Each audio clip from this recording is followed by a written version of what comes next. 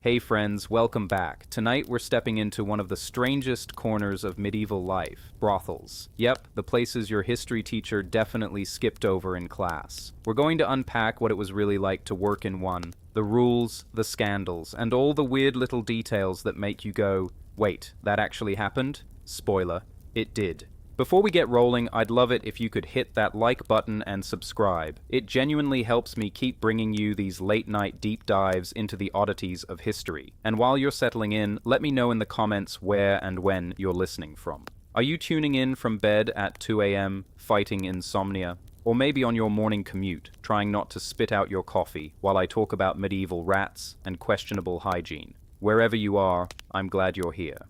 Picture this. You're broke, you're hungry, and it's the Middle Ages. Your career options? Pretty slim. You could spend your life breaking your back on some lord's muddy field, spinning wool until your hands fall off, or, if you're really down on luck, you might just find yourself working in a medieval brothel. And let me tell you, medieval brothels weren't the glamorous, candlelit, velvet curtain affairs you see in HBO dramas. Nope. They were more like, welcome to our fine establishment, please ignore the rats, don't ask what's floating in the ale, and oh yes, the city council technically owns this place. Yep, in some towns, the government literally ran the brothels. Taxes, rules, dress codes, like HR, but for sin. So buckle up, because today we're talking about what it was actually like to be a brothel worker in medieval Europe. Spoiler alert, not great. So let's set the stage. You're a woman in medieval Europe. Already not the easiest gig. Your choices in life? Limited. You're not going to be out there running a Fortune 500 company, inventing the next iPhone, or starting a girl boss Etsy shop. Nope. The best case scenario is marry some guy who owns a couple of pigs and hope the Black Death doesn't come around to ruin the wedding feast. But let's say life doesn't deal you that card. Maybe your parents die in a famine, or they're alive but broke and can't afford a dowry for you. And in the Middle Ages, a dowry was basically your subscription fee for marriage. No dowry, no husband. You were basically an unopened app without premium access. So now what? Well, the medieval economy wasn't exactly brimming with job opportunities for women. There wasn't a medieval LinkedIn where you could upload your resume and apply for full-time shepherd must-love sheep. Instead, women without family support usually got stuck with the same handful of options. Domestic service if you were lucky, spinning or weaving if you had some skill, begging if you had none. And then, if things got really desperate, there was the oldest profession in the book. And here's where it gets darkly funny. Society, in its infinite medieval wisdom, decided, hey, we don't really like prostitutes, but we also kind of need them. It's the ultimate medieval hypocrisy. The church would scream about sin from the pulpit every Sunday, but the city council, oh, they were busy making spreadsheets about how much tax revenue came in from the brothel. Like, yes, fornication is evil, but have you seen the numbers from last quarter? Business is booming. So you'd have these young women, many of them orphans or widows, ending up in brothels not because they were chasing excitement, but because starvation isn't exactly a cute lifestyle. Imagine being 15, no family, no money, no safety net, and the local monastery says, well, we'd love to help, but we've got a new stained glass window to pay for. So into the brothel you go. Not glamorous, not sexy, just survival, medieval style. Now, of course, not all of them arrived voluntarily. Some were outright trafficked. Kidnapped girls, enslaved women, debt bond servants. It wasn't always choice in the modern sense. And even when it was a choice, it was more like choosing between eating moldy bread in the gutter or working in a city-run brothel. Not exactly a follow-your-passion career path. But here's the wild part. In some places, the city literally ran the brothel. Like in Nuremberg, the brothel was called the Frauenhaus, literally the women's house.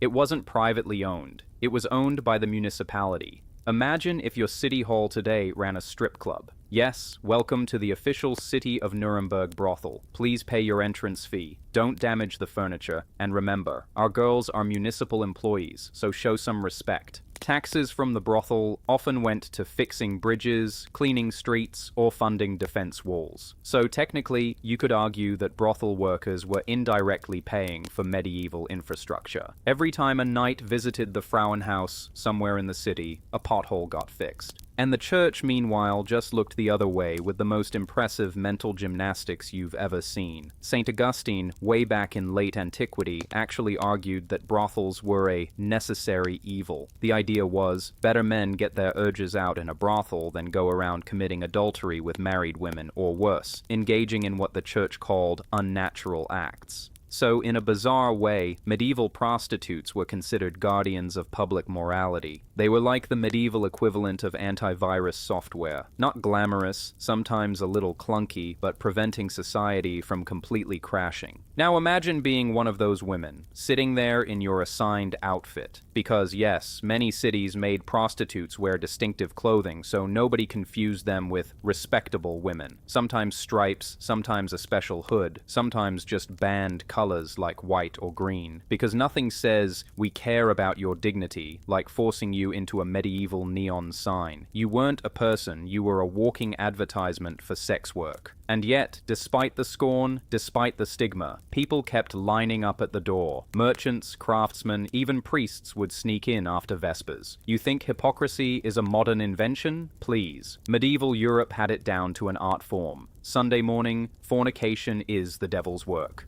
Sunday evening, hey, let's head to Suffolk and see the Winchester geese. That was literally the nickname for London's brothel women, because the Bishop of Winchester ran the Suffolk brothels, and he collected the revenue like they were his personal flock of geese. Honk, honk, sin money rolling in. So when you ask, how did women end up working in brothels in medieval Europe? The short answer is, they didn't have much of a choice. Poverty shoved them there, society kept them there, and the authorities regulated it because it was profitable. It wasn't about desire or rebellion or living wild and free. It was about survival in a world that didn't give women many other doors to knock on. But the long answer, the one that makes you shake your head and laugh at the sheer absurdity of it all, is that medieval Europe managed to turn sex work into a civic institution. On one hand, they demonized the women who worked in brothels. On the other hand, they relied on them to keep the streets morally safe, to generate tax income, and in some weird way, to stabilize society. It's like hating your internet provider but still paying the bill every month, because, let's be real, you're not living without Wi-Fi.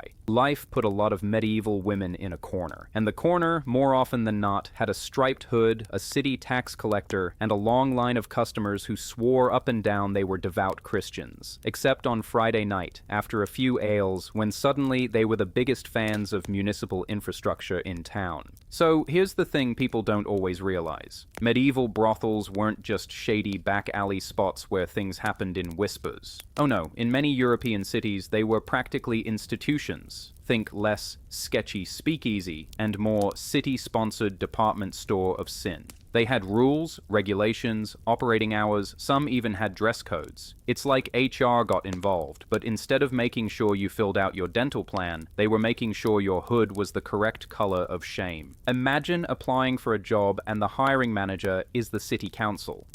So your skills include survival, desperation, and a willingness to pay taxes? Perfect. Welcome to the Frauenhaus. That was Nuremberg's big municipal brothel, and yes, the city literally owned it. Owned it, managed it, profited from it. It's as if your town hall doubled as city hall and the local Hooters, except instead of chicken wings they served pottage and ale that may or may not have had something floating in it. And the rules? Oh, they had rules. Cities didn't just let brothels operate, they micromanaged them. Authorities would say things like, okay, you can operate, but only in this neighborhood, only in these hours. And the workers can't wear anything too fashionable, because heaven forbid someone confuse them with respectable women. Also, please pay your taxes promptly. Thanks. The clothing thing is hilarious. Imagine a bunch of men showing up to the city council meeting like, gentlemen, important business today. We need to make sure everyone knows which women are prostitutes. Suggestion, striped clothing. Everyone hates stripes. Problem solved. In London, they even forced them to wear hoods, not cute little medieval fashion hoods either, big, obvious ones. So you were basically a walking flashing sign. Subtlety was not a medieval specialty. And then there was the location thing.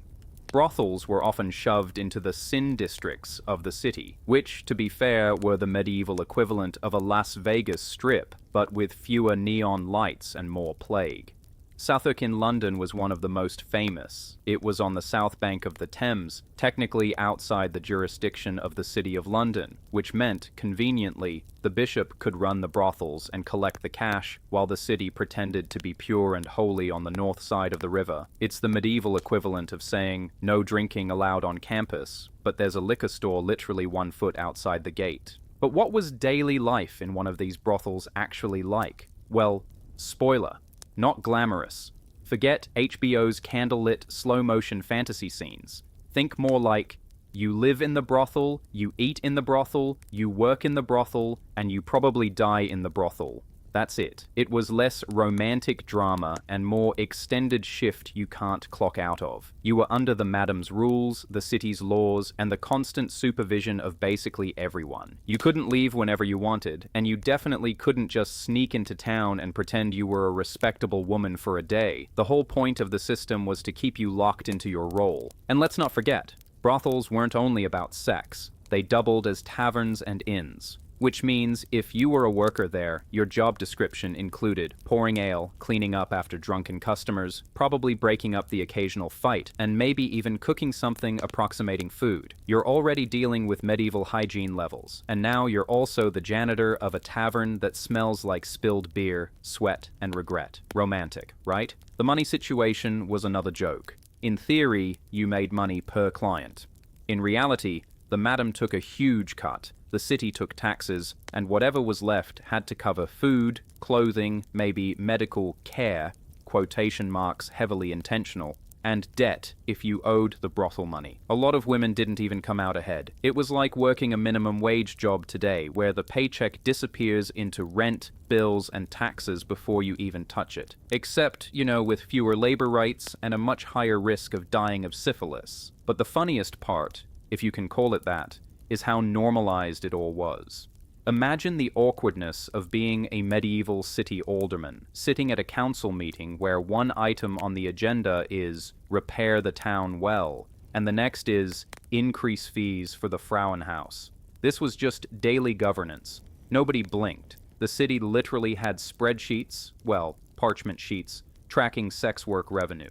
If medieval cities had PowerPoint, you can bet they'd have pie charts showing revenue breakdown, 40% tolls, 35% market fees, 25% brothel taxes. Oh, and don't think you could just freelance. No. Brothels hated competition. If you were a woman trying to work independently on the street, you'd get harassed, fined, or forced into the official brothel. Because it wasn't just about morality, it was about monopoly. The authorities wanted all the sin in one place, neatly controlled and nicely taxable. It's basically how today's cities love to regulate parking. Can't just park anywhere you want, you gotta pay the meter. Same with sex work in medieval towns. You can't just go set up shop wherever. You pay the brothel meter or you're out. And yet, despite the control, despite the stigma, business was good. Men lined up, knights after tournaments, merchants after markets, monks after prayers, you name it. All the rules and regulations didn't scare anyone off. The brothel was like the medieval version of a fast food chain, frowned upon in polite company. But secretly everyone's been there at least once, and everyone knows it. So yeah, the medieval brothel was technically a workplace, but not the kind with an employee handbook that says, we value your growth as an individual.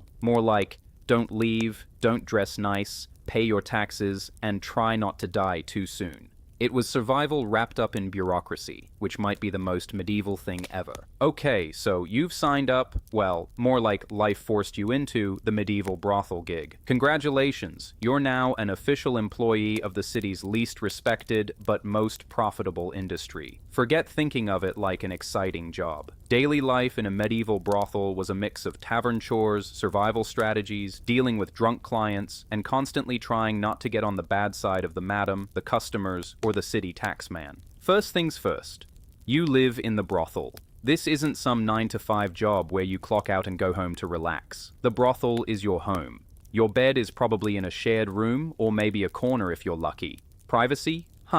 You might as well ask for indoor plumbing while you're at it. Morning routines weren't like wake up, meditate, enjoy avocado toast. It was more like wake up to the smell of stale ale, someone coughing out their lungs in the corner, and a rooster outside screaming into the void. Then it's straight into chores. Because remember, this wasn't just a brothel. It doubled as a tavern, inn, or flophouse. So the workers weren't just ladies of the night. They were cooks, servers, cleaners, sometimes even bouncers. If a guy puked in the hallway, guess who was scrubbing it? Not the city council. Meals were, well, let's just say nobody was writing medieval food blogs about them. Breakfast might be stale bread dunked in watered-down ale. Lunch was a pottage, a stew made of whatever scraps were left. And dinner, surprise, more pottage. If you were lucky, someone had brought in a rabbit or a chicken. If you weren't lucky, well, hope you like cabbage. Oh, and don't even ask about food safety. Refrigerators weren't a thing. If something smelled a little off, you just hoped the ale dulled your taste buds enough to get it down. And speaking of ale, you drank a lot of it. Not because it was fun, but because medieval water was basically liquid disease. The local river doubled as a trash dump, a latrine, and a corpse delivery system, so ale was the safe option, which meant a lot of the day was spent tipsy, drunk, or hungover. Imagine working your stressful job today, but every time you're thirsty, you have to drink beer. That was medieval daily life. Now, let's talk customers. They came in all shapes and smells. Some were rich merchants showing off. Others were broke farmhands spending their entire week's wages. And some were clergymen who totally just came in for the ale. Yeah, sure, Father John. Clients weren't known for their hygiene, which meant daily work often involved enduring smells that could knock a modern person unconscious. Think, no showers, no toothpaste, maybe one bath a year if you were fancy. The Middle Ages were basically one long Febreze commercial waiting to happen. And you didn't just deal with their smell. You dealt with their moods. Some clients were gentle, others were violent. Some wanted to talk, cry, or confess their sins, while others treated you like furniture. You had to be part therapist, part entertainer, part survival expert. And all of this without any guarantee of safety, because medieval bouncers were more drunk guy with a stick than professional security staff. Between clients, you were working. That might mean washing laundry, serving ale, sweeping floors, or patching clothes. Because again, this wasn't just a brothel, it was a full-service medieval Airbnb. Travelers would rent rooms, drink, gamble, fight, and pass out. And the women had to keep the whole place running. Your daily life was less luxurious courtesan and more underpaid maid who occasionally gets assaulted. And then, of course, there were the rules. Cities loved regulating brothels. Couldn't wear nice clothes, couldn't go into respectable neighborhoods, couldn't attend certain festivals unless you stood in designated shame areas. You were marked, literally and socially, as other. So even when you weren't working, you were still stuck in the box society put you in. You couldn't just decide, you know what, today I'm going to stroll the market and pretend I'm a merchant's wife. Nope, your striped hood or band colors would give you away instantly. Nighttime wasn't much different from the day. There wasn't a real sense of shifts. The brothel was open whenever there were customers, which meant you might be woken up in the middle of the night for work.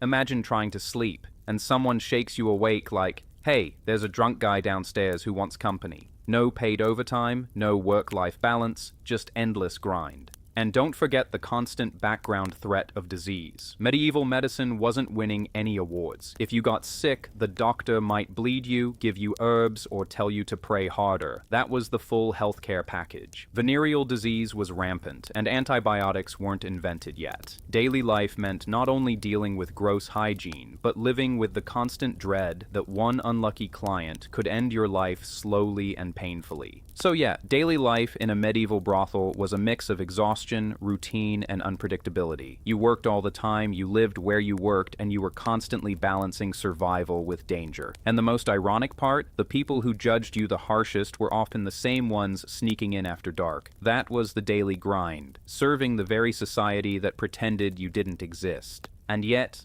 somehow, there was a strange kind of community inside the brothel. The women weren't just co-workers. They were each other's support network. They shared food, stories, and warnings about bad clients. Some even formed close friendships or chosen family bonds. In the middle of all that hardship, they carved out little pieces of humanity. Because even in the roughest jobs, people still laugh, still gossip, still find ways to survive together. So, if you imagine daily life in a medieval brothel, don't picture luxury or romance. Picture working at the worst dive bar you've ever been in, living above it, and never being allowed to leave. Your clients are unpredictable, your bosses are greedy, the city treats you like dirt, and your only co-workers are just as trapped as you are. That's the daily reality. No shifts, no weekends, no escape. Just another day in the Frauenhaus, where every knock on the door might be another customer.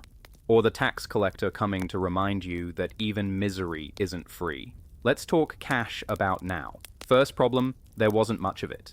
Daily life in a medieval brothel meant you were working constantly, but your pockets were about as full as a monk's Tinder profile. And why? Because the system was designed so that almost everybody but you made money off your body. The madam got her cut, the city took its share, sometimes the church even got in on the action, because nothing says piety like skimming off sin money, and whatever was left went to you. Spoiler, it wasn't much. Picture this.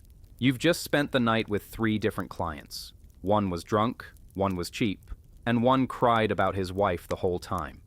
At the end of it all, you might have just enough money to buy bread, maybe a candle if you're feeling luxurious. Meanwhile, the brothel keeper is upstairs, counting coins like Scrooge McDuck, and the city tax collector is already knocking on the door like, "Hi, yes, we'll be needing 30% of that sin money for bridge repairs. Thanks." Now, don't imagine shiny gold coins piling up either. Most transactions weren't glamorous bags of treasure. You might get paid in small change, or worse, in barter. Some desperate guy might hand you a chicken or a hunk of cheese like it's legal tender. So there you are, trying to figure out if you can pay your rent with poultry. Good luck explaining that to the landlord. "I know I'm late this month, but can I interest you in half a goat?" Debt was another trap. Many women entered brothels already in debt, owed money for food, clothes, or a roof over their head. The brothel, being the generous institution it was, would front you things: a dress, shoes, maybe a bed. But of course, nothing was free. That was added to your debt, and the more you worked, the more they found fees to tack on. It was basically the medieval version of predatory payday loans. You never actually escaped the cycle. The harder you worked, the deeper you sank. And don't even think about saving money. The idea of putting coins aside for the future was laughable. For one, wages were so tiny you barely survived day to day. And two, if anyone thought you had savings, suddenly everyone wanted a piece. The brothel madam raising your rent, a friend suddenly in need of a loan, or some random guy proposing marriage because he heard you had 2 whole shillings to your name. Now, occasionally, a few women did manage to save up. Maybe they found a generous client who paid extra, or maybe they just had the survival skills of a financial wizard. Those rare ones might leave the brothel one day, open a small shop, marry a customer, or even run a brothel themselves. But for the majority, survival was paycheck to paycheck in the most literal sense. You work tonight to eat tomorrow. No 401k, no retirement plan, no work until 65, then move to the countryside. Your retirement plan was, hope you don't die of plague first. And let's talk about how ironic this all was. The city taxed brothels heavily because apparently sin was the one thing governments could reliably monetize. You'd think they'd ban it outright, right? Nope. Too much money in it. They wanted the taxes, not the morality. In London, Southwark brothels literally funded part of the bishop's income. Imagine going to confession for fornication, and the priest already knows because the sin paid for his new chalice. That's how upside down the system was. But here's the kicker. Even though the women made almost nothing, they were still expected to look the part. Clothes, makeup, well, the medieval version of it, which was mostly powder and maybe a splash of dubious rouge. Clean linens, all of that cost money. And guess who paid for it? You. With money you didn't have. Which meant, once again, debt. Imagine working at McDonald's but being forced to buy your own uniform at Gucci prices. That's what it felt like. And it wasn't just money. Survival itself was a gamble. Because not only were you broke, you were also one unlucky client away from disease. And in the Middle Ages, there was no health insurance, no antibiotics, not even a good excuse note. If you got sick, you kept working anyway, because if you didn't eat. So survival was this brutal balancing act. Earn enough to live another day, but don't collapse from exhaustion or disease in the process. Spoiler, a lot of people collapsed anyway. And here's where the comedy of it all really hits. Society pretended these women were immoral and disgraceful, yet literally relied on their money to keep the city functioning. Your taxes might pay for the town wall, or fix the bridge, or cover a new church roof. The very same townsfolk wagging their fingers at you by day were crossing that bridge at night, funded by your misery. It's the medieval version of people pretending they don't watch reality TV while secretly binging it every night. So, to sum up, money and survival in a medieval brothel wasn't about building wealth, planning for the future, or thriving. It was about barely getting by, constantly having your earnings siphoned off by everyone else, and hoping you lived long enough to scrape together some dignity. You weren't working to get rich. You were working not to starve. Imagine working a brutal double shift, only to walk away with enough cash to buy bread, some thin ale, and maybe a candle if you're feeling fancy. That was survival. And if you had anything left, don't celebrate too loudly, because the city tax man was right around the corner, holding out his hand, ready to remind you that even in misery, the government still gets paid first. Ah, yes, health and danger in a medieval brothel. Buckle up, because this is where comedy and horror hold hands and start skipping together down a plague-ridden alley. Life as a brothel worker wasn't just exhausting, it was basically a non-stop gamble against germs, knives, and the occasional angry priest. Let's start with the obvious. There was no such thing as medieval healthcare. If you got sick, the town doctor would stroll in with his bloodletting kit and say, "Don't worry, we'll just drain half your blood. That should clear it up." Spoiler alert, it did not clear it up. Now, the single biggest threat to health was disease. And I don't mean colds or tummy aches. I mean the stuff that makes modern doctors go pale when they read about it in textbooks. Syphilis, gonorrhea, chlamydia, check, check, and check. These weren't little inconveniences either. These were medieval supervillains. And condoms? Ha! The closest thing you had to protection was crossing your fingers and hoping the guy wasn't coughing up mysterious fluids. Some places experimented with linen or sheep intestine sheaths. But let's be real. Wrapping yourself in medieval sheep gut was like trying to stop a flood with a wet napkin.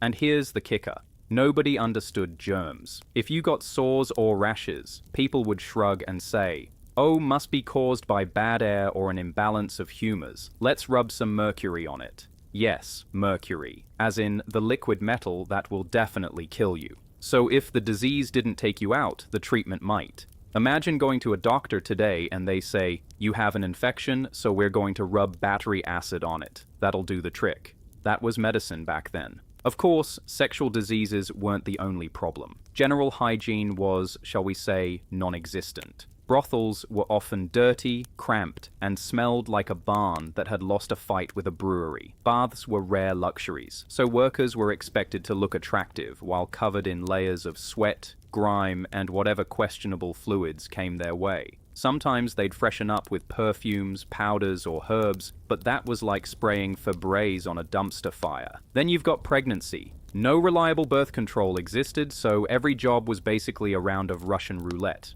If you got pregnant, you might be kicked out of the brothel or forced to keep working until the baby arrived. And what happened after? Well, babies in brothels weren't exactly welcome. Some were abandoned, some were fostered out, and some simply didn't survive.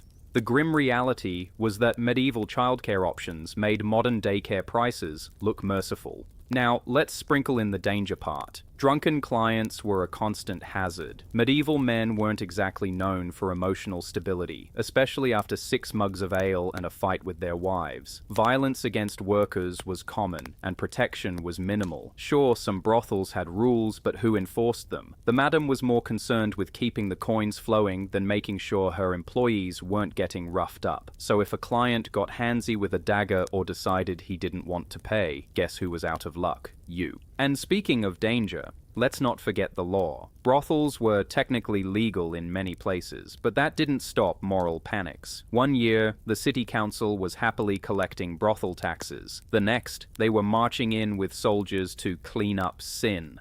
And who got caught in the crossfire? The workers, of course. Suddenly, you're not an employee. You're a criminal. Jail time, public shaming, maybe even exile. Imagine working a crappy retail job today, and one morning your boss says, "Good news, the government outlawed Target. You're all criminals now. Off to prison with you." That was basically the medieval vibe. Plague and general epidemics were also lurking around every corner. You're working in close quarters, surrounded by strangers, and hygiene is about as advanced as rubbing garlic on your armpits. So when the Black Death rolled into town, guess who got hit hard? Brothels. Workers were exposed to dozens of clients, which meant if disease came knocking, it spread like wildfire. And the townsfolk, instead of realizing this was a public health issue, just blamed the workers. Because obviously when rats and fleas spread bubonic plague, it must have been the fault of women trying to earn a crust of bread. Medieval logic at its finest. And let's not forget the spiritual health dangers. Priests and moralists love to warn that working in a brothel meant eternal damnation. As if your life wasn't already miserable enough, here comes Brother Doomcloak to remind you that not only are you broke, sick, and exhausted, you're also going straight to hell. No pressure. Some workers leaned into it, joking that they'd at least have company when they got there. Others clung to faith, hoping that charity, repentance, or a lucky marriage would get them back in God's good books. Either way, your mental health took a beating long before therapy was invented. So let's stack this up. Every day you risked disease without protection, pregnancy without support, violence without defense, and punishment without justice. And if none of that killed you, a plague or fire probably would. Survival wasn't about thriving. It was about dodging disaster long enough to see tomorrow. But here's the wild part. Despite all this, brothels kept running. Workers kept working. Why? Because poverty was worse. Being a starving peasant in the fields wasn't safer. It just killed you slower. So for many, the brothel was the least bad option in a world full of terrible options. At least here you had a roof, maybe some food, and the faintest glimmer of coins jingling in your pocket. In short, health and danger in a medieval brothel was like living inside a video game on nightmare mode, except you didn't get respawns, and your health potion was probably made of mercury, garlic, and wishful thinking. If you thought working in a medieval brothel was already hard enough, wait until you add the entire weight of the Christian church looming over you like a disappointed parent who also happens to control most of society. Picture this, you're just trying to get through your day, pay off your debts, maybe not catch the plague, and suddenly Father Gregory is pounding on the pulpit telling everyone you're basically Satan's receptionist. Let's start with the basic paradox. On paper, the church was like, brothels are dens of sin, gateways to hell, and anyone who sets foot inside them will burn for eternity. But in practice, oh buddy, brothels were often licensed and taxed by the very same city councils that were best friends with the church. Sometimes priests and bishops themselves were quietly pocketing profits. It was the medieval equivalent of a politician railing against immorality in public, while secretly owning stock in every casino and liquor company. Everyone knew it was shady, but they all kind of shrugged and said, hey, sin pays the bills. The logic went something like this. Men are weak. They just have to, do the thing. If they don't, society collapses. But since the church didn't want respectable wives and daughters to get dishonored, brothels were basically a containment system, like a medieval pressure valve. Better for the men to relieve their urges in a brothel than chase the mayor's daughter around the marketplace. So the church grumbled, wagged its finger, and then quietly tolerated brothels while preaching against them. It's like saying, we absolutely do not support drinking, but here's a tavern we own, please enjoy responsibly. For the workers, though, the religious pressure was relentless. Preachers would show up outside brothels to shout sermons about sin, repentance, and fire raining down from heaven. Imagine clocking into your shift, and the medieval equivalent of a YouTube motivational speaker is outside screaming, "You are doomed unless you repent." Real morale booster, that. And let's not forget public shaming rituals. If you were caught outside a licensed zone working illegally, you could be paraded through town wearing some ridiculous outfit so everyone knew you were fallen. As if your life wasn't already hard enough, now you're basically a walking medieval scarlet letter. And of course, confession was supposed to be your safety net. You could sin all week, then rock up to confession on Sunday, spill the tea to the priest, and walk out technically forgiven. But if you were a brothel worker, oh boy, the line between forgiveness and eternal damnation was blurry. Some priests would offer absolution if you swore to quit, but quitting wasn't exactly an option when you still had rent due and a hungry stomach. Others were more, let's say, flexible, and might demand a little more than a prayer in exchange for leniency, which is a polite way of saying corruption wasn't rare. Medieval clergy didn't always live up to their job description of holier than thou. Now here's where it gets funny. The same towns that lectured about morality also mandated that brothel workers wear specific clothing so everyone could identify them. Bright colors, striped hoods, special belts, stuff that basically screamed, "Look at me, I am a sinner for hire." It was like making McDonald's workers wear neon signs saying burger dispenser. But here's the kicker, that clothing rule often backfired. Instead of scaring people away, it was basically free advertising. You'd walk into town, see the bright striped hat, and go, "Oh hey, guess I know where I'm spending my evening." Smooth move, city council. Meanwhile, theologians loved debating whether brothels were a necessary evil or just plain evil. St. Augustine argued that if you removed prostitutes from society, men's lust would destroy everything. Kind of like saying, if you take the batteries out of the smoke alarm, the whole house will burn down. Aquinas, the medieval philosopher who could overthink a sandwich, called prostitution sinful, but somehow tolerated it as part of the natural order. It's like they couldn't quite decide if brothels were the devil's playground or just another utility, like a sewer system nobody wanted to admit they needed. And don't forget the festivals and carnivals. During Lent or holy days, preachers would scream about chastity and purity, but then during festivals, the town turned into a frat party with masks, drinking, and you guessed it, a booming brothel business. The church would wag its finger and say, "No sinning," while everyone else winked and went,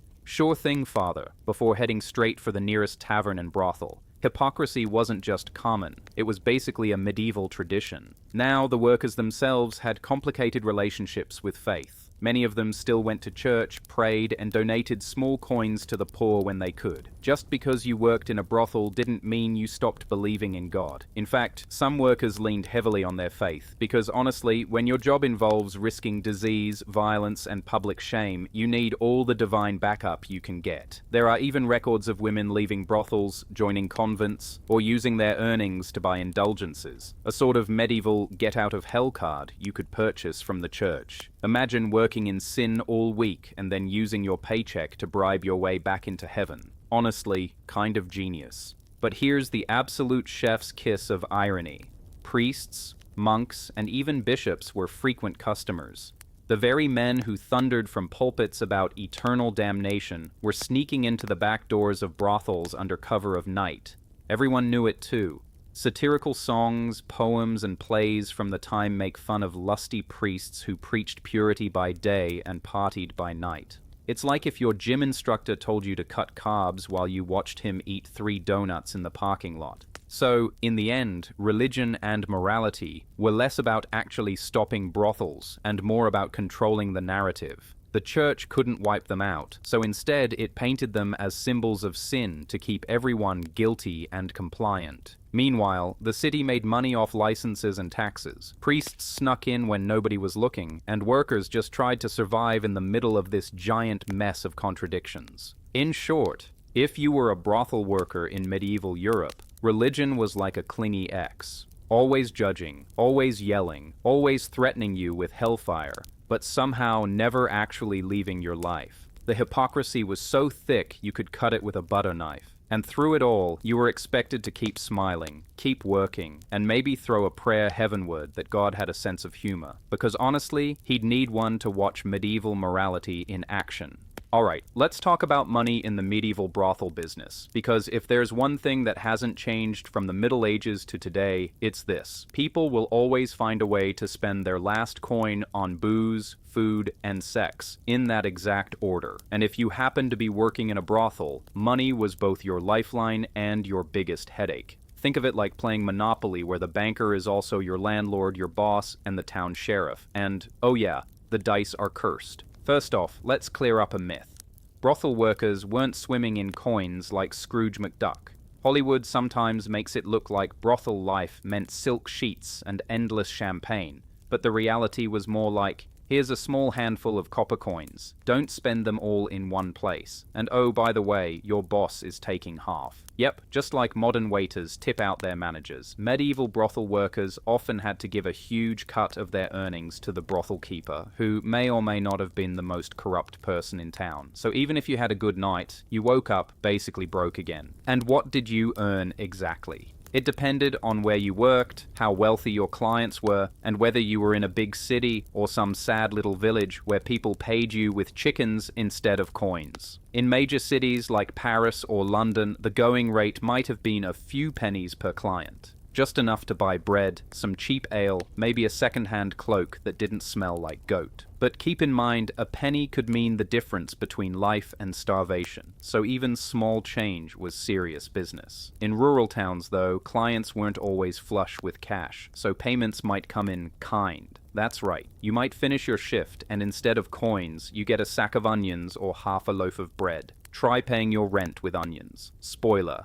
it doesn't work. Speaking of rent, brothel workers often had to pay for their room in the brothel, their clothes, their food, sometimes even their bedding. And of course, everything was overpriced. It's like the medieval version of buying snacks at an airport. You knew you were getting ripped off, but what choice did you have? So even though you were technically making money, by the time the boss skimmed off the top and you covered your daily expenses, you were back to square one. It was like running on a hamster wheel, except the hamster was also malnourished and being yelled at by a monk outside the window. Now let's talk survival strategies, because if there's one thing medieval brothel workers were, it was creative.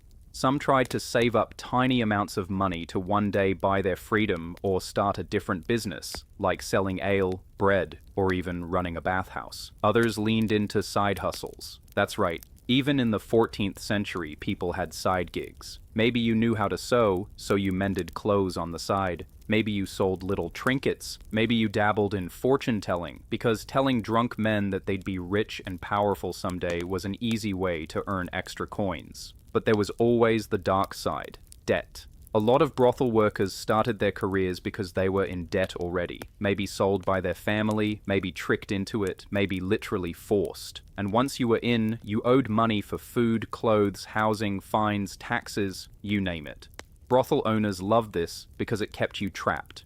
Imagine trying to climb out of a pit while someone is pouring more dirt on your head every time you get close to the top. That was the financial reality. And then there were taxes. Oh yes, the city wanted its slice of the pie. Some medieval towns literally owned the brothel outright, so workers' fees went straight into the city treasury. That means your hard work might have funded a new church tower or the mayor's fancy robe. Nothing like realizing your services were indirectly paying for public works projects. The hypocrisy is almost poetic. Let's not forget clients either. You know how today someone might forget their wallet on a date? Yeah, same deal in the 14th century. Some clients were notorious for trying to weasel out of paying, which sometimes led to hilarious or horrible consequences. A worker might grab the man's cloak as collateral until he came back with the money, except sometimes he never came back. And now you're stuck with a smelly cloak you can't even sell because everyone in town knows it belongs to the shoemaker. Others might get drunk and insist they already paid you when they very clearly did not. So a big part of the job wasn't just, well, the obvious. It was also chasing down clients and making sure they coughed up their pennies.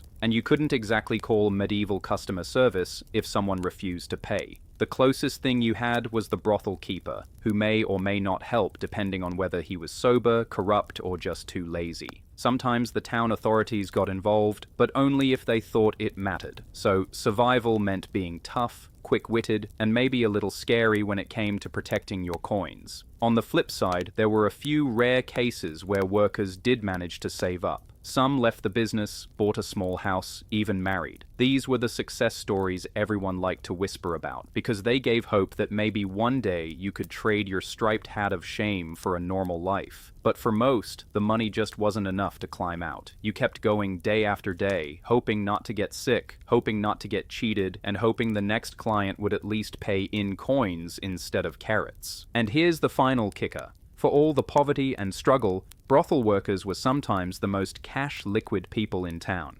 That's right, because unlike peasants who only got paid after a harvest, or artisans who waited months for a commission, brothel workers got paid daily. Cash on the table. So while your life was brutal, humiliating, and risky, you at least had coins jingling in your pouch more often than the average medieval farmer.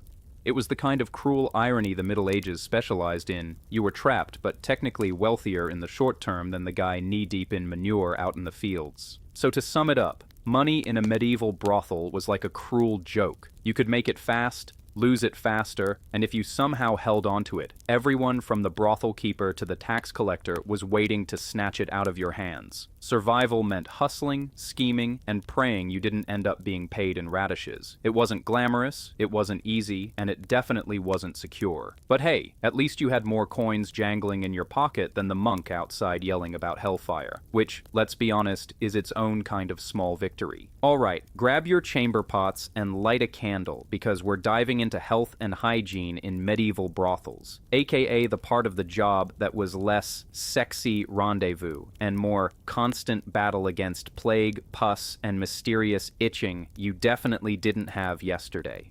Forget about perfumed baths and flowing silk robes. That's just Renaissance painting propaganda. The real-life day-to-day of staying clean, healthy, and alive as a medieval brothel worker was like playing medieval roulette with every spin loaded with infection, disease, or death by something you can't even pronounce. Let's start with the obvious. Water. Bathing was a luxury, not a daily routine. People back then thought too much bathing made you sick because water opens your pores and lets disease creep in.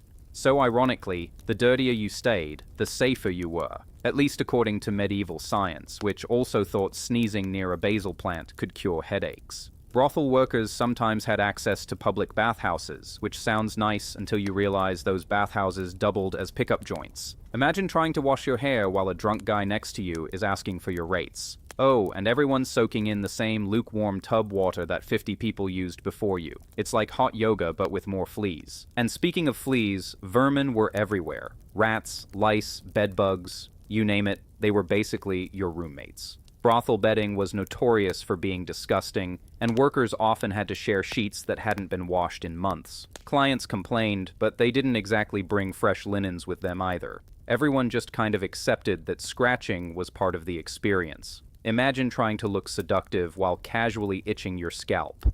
The Middle Ages, where romance went to die. Now let's talk about the diseases, because oh boy, the Middle Ages was like the grim buffet of STDs. Gonorrhea and syphilis were the big ones, though syphilis really exploded in the late 15th century. Before that, people called it the French disease or the Italian disease, depending on who they hated most at the time. It was basically a game of blame your neighbor's country for your genitals falling off. Treatments were medieval at best and terrifying at worst. The go-to cure? Mercury. Yes, actual mercury, the shiny poison. Doctors would rub it on your sores or make you breathe in the vapors. If the disease didn't kill you, the treatment sure tried its best. Workers were constantly rolling the dice every time they saw a new client, because medieval condoms were, let's just say, experimental.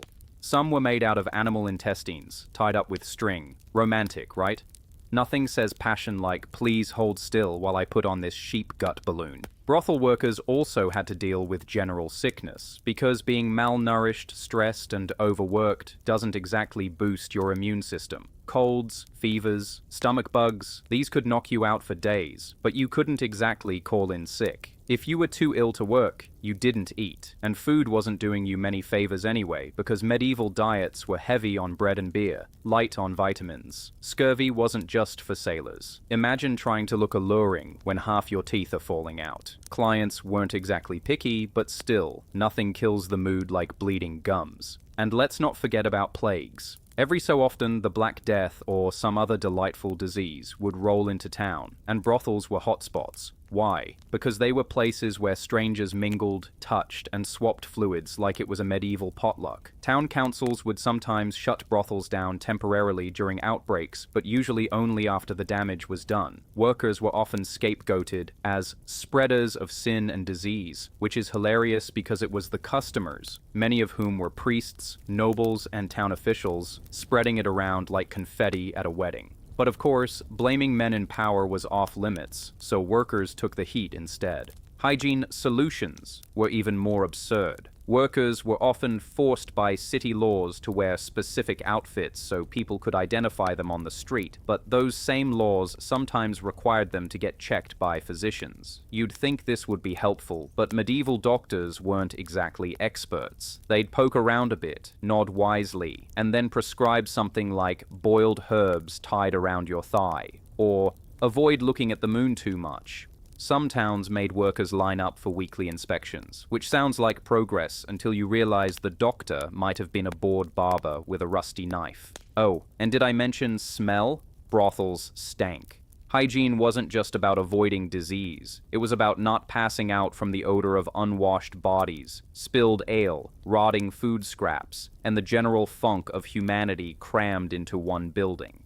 People tried to mask it with perfumes and incense, but unless you were bathing in a barrel of lavender, the stench was winning. Some workers carried little sachets of herbs or flowers to keep near their faces, like the medieval version of holding your breath in a porta-potty. Clients didn't care much, they smelled just as bad, but for the workers, it was a daily assault on the senses. And here's the tragic comedy of it all. Despite all the filth, brothels were still considered necessary for public health. Yep, towns argued that regulated brothels kept men from corrupting respectable women. So basically, workers were sacrificed as human shields against the lust of society, soaking up the risks, the diseases, and the shame so everyone else could feel a little safer. Imagine being told you're a walking health hazard, while also being reminded that your job is keeping the town moral. That's like being thanked for taking out the trash while someone dumps more garbage on your head. Yet somehow, people adapted. Workers shared remedies with each other, learned tricks to spot dangerous clients, and sometimes even ran their own informal health networks. They might share which herbs eased the pain, which midwives were discreet, or which clients were likely to leave you crawling with something unholy. In a world where official medicine was basically guesswork, this underground knowledge was priceless. So in the end, being a brothel worker meant fighting a never-ending war against filth, disease, and medical quackery, while society pretended you were both the problem and the solution. You lived with constant risk, constant discomfort, and the constant possibility that the next cough, rash, or rat bite could be your last. Glamorous? Not even close. Funny, in a dark way? Absolutely. Because nothing screams medieval absurdity like a job where your biggest competition isn't other workers. It's lice, plague, and a jar of poisonous mercury ointment. All right, time to drag out the medieval hypocrisy in all its sweaty, wine-soaked, do as I say, not as I do, glory. Because if you want to understand the life of a medieval brothel worker, you can't ignore the big, glowing neon sign of social stigma and religion. And by neon sign, I mean some monk with a candle screaming about eternal damnation while sneaking into the very brothel he just condemned 5 minutes earlier. Welcome to the Middle Ages, where religion ruled everything. Reputation was life or death, and sex workers got stuck at the intersection of "we need you" and "you're going to hell." Here's the paradox in a nutshell. Medieval society loved brothels, but also hated them. Loved them because they kept horny men from harassing respectable women. That was the theory anyway. And hated them because the Bible said lust was a sin. It was like that guilty snack you keep in the cupboard. The town didn't want to admit it needed the brothel, but without it, the whole system of medieval morality would fall apart. So, sex workers were tolerated, but only just. They were seen as a necessary evil, which basically meant, thanks for taking one for the team, but also, you, don't touch me. Now, the church loved nothing more than making a fuss about sin. Priests preached that sex workers were doomed, unclean, sinful women dragging men into the fires of hell. But here's the kicker. Priests were some of the most regular customers. Chronicles are full of stories of clergymen getting caught in brothels, usually with their robes still half on, and some excuse like, "Oh no, I was only here to convert her." Yeah, sure, Father Thomas, very holy of you to convert her under the sheets. It got so bad in some towns that bishops literally had to ban their own priests from brothel districts. Spoiler, it didn't work. Because when your job involves celibacy, strict diets, and endless sermons, sneaking out to a brothel suddenly looks like a 5-star vacation package. And then there were the nobles. Oh, the nobles loved a good brothel night. These were men who wore fancy tunics, carried swords that probably never saw battle, and thought they were God's gift to women. They'd swagger into brothels with purses full of coins, order the best wine, demand the prettiest workers, and then leave without paying half the time because, hey, who's going to sue a duke? Meanwhile, if a worker was spotted leaving a church service or wearing nicer clothes than usual, everyone whispered, "Oh, look at her, pretending she's respectable."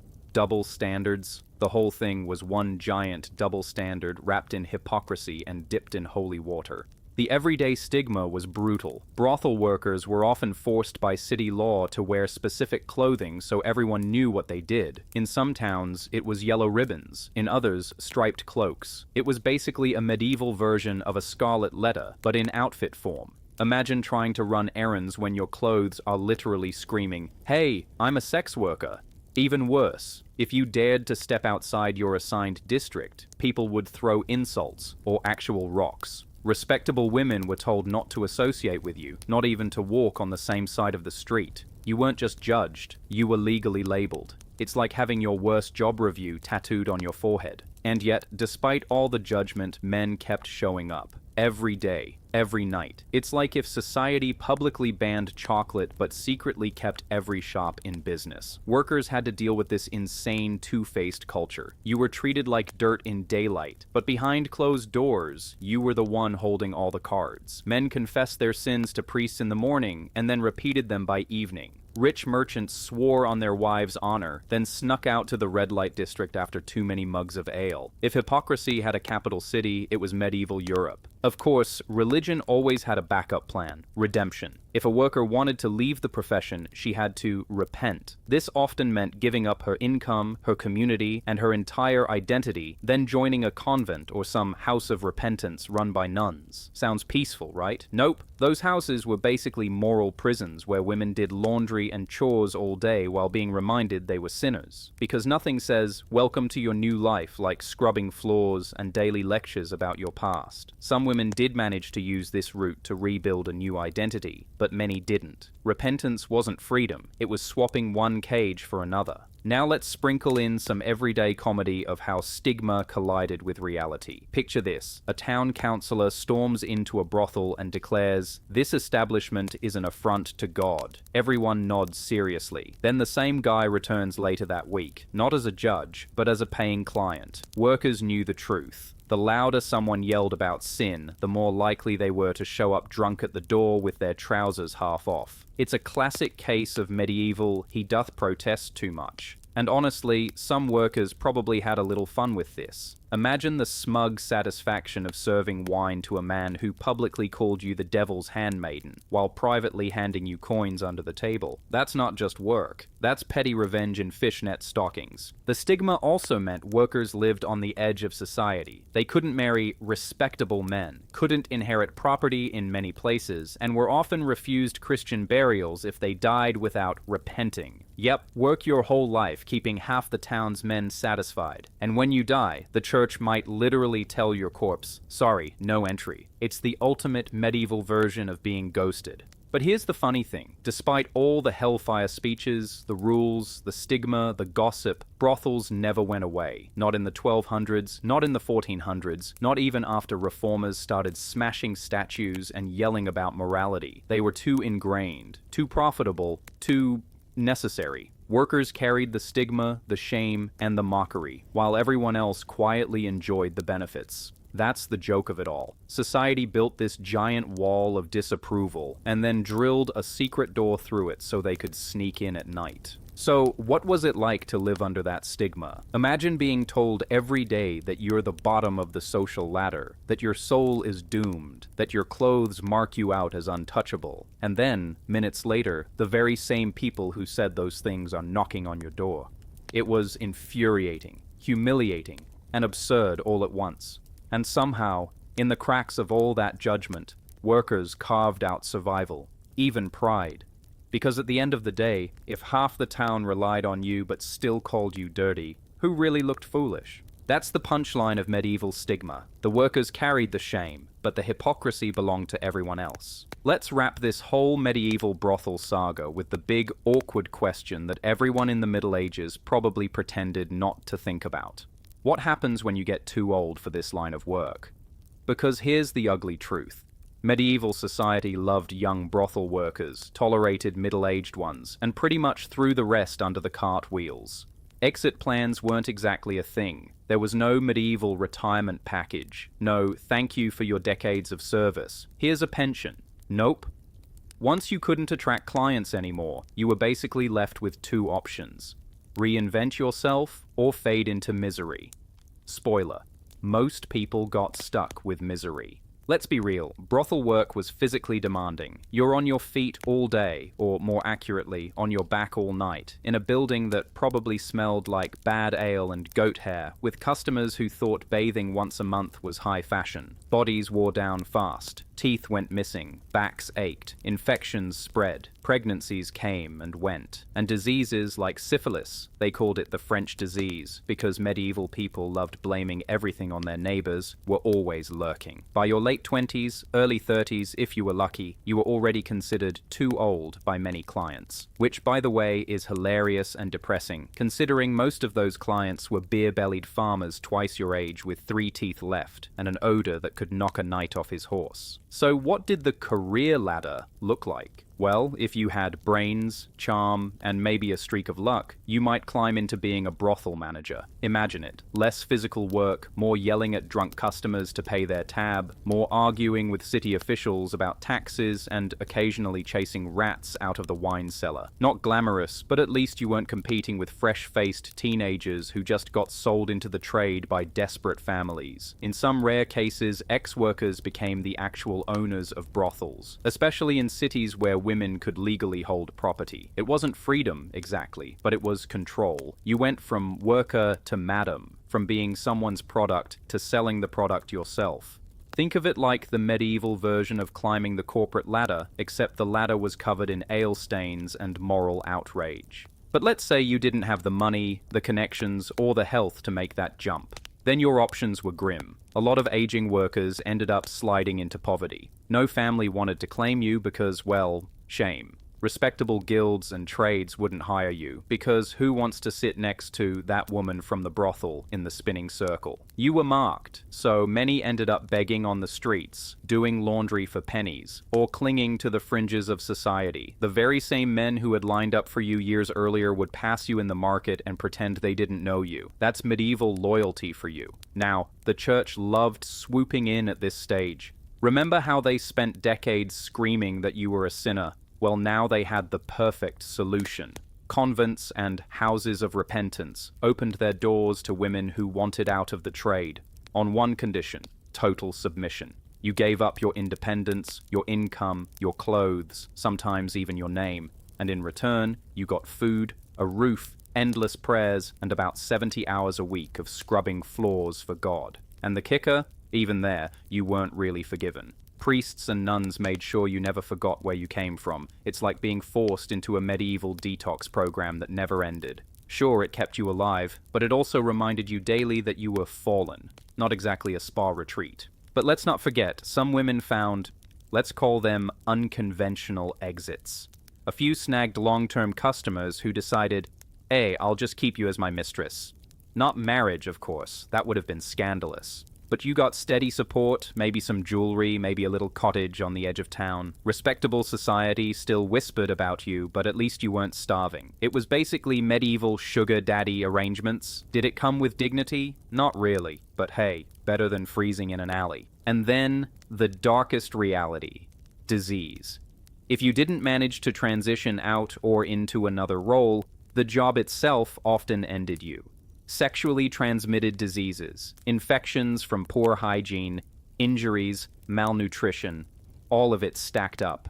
By the time you were too old, you might not have had many years left anyway. And here's where society's hypocrisy slapped hardest. After years of serving the very men who judged you, your body gave out, and the church might literally refuse to bury you in consecrated ground. No prayers, no proper resting place. You became a ghost on the margins, even in death. And yet, This is where the story gets weirdly funny. Because despite the stigma, despite the way society chewed them up and spat them out, workers still found ways to subvert the system. Some lied about their past and blended into new towns. Some tricked men into long-term support. Some even blackmailed nobles or priests to secure protection. And honestly, who can blame them? If you've spent 20 years listening to hypocrites confess their sins in bed, you've got receipts. Medieval gossip wasn't written down, but don't doubt for a second that workers didn't use it as leverage when they needed to. So, in the end, what was retirement like for a medieval brothel worker? Imagine it as a cruel game show. Door number 1, become a madam and keep the cycle going. Door number 2, a convent where you pray yourself into arthritis. Door number 3, find a wealthy man and hope he keeps you around. Door number 4, poverty and shame. And behind every door, judgment, hypocrisy, and a whole lot of side-eye from a society that needed you but never respected you. It's tragic, it's unfair, but it's also absurdly comical in its predictability. The same people who made sure there was always a brothel in town had no plan whatsoever for the women inside it once they aged out. It's like building a tavern, but forgetting you also need bathrooms. Classic Middle Ages, big on rules, terrible at long-term planning. And that, my friend, is the final punchline. Being a medieval brothel worker wasn't just a job. It was a trap. The house always won, society always judged, and the only retirement package came in the form of prayer beads or a shallow grave. But the sheer fact that workers still managed to carve out survival, wit, and sometimes even power, despite all that, that's medieval resilience at its rawest, and maybe its funniest.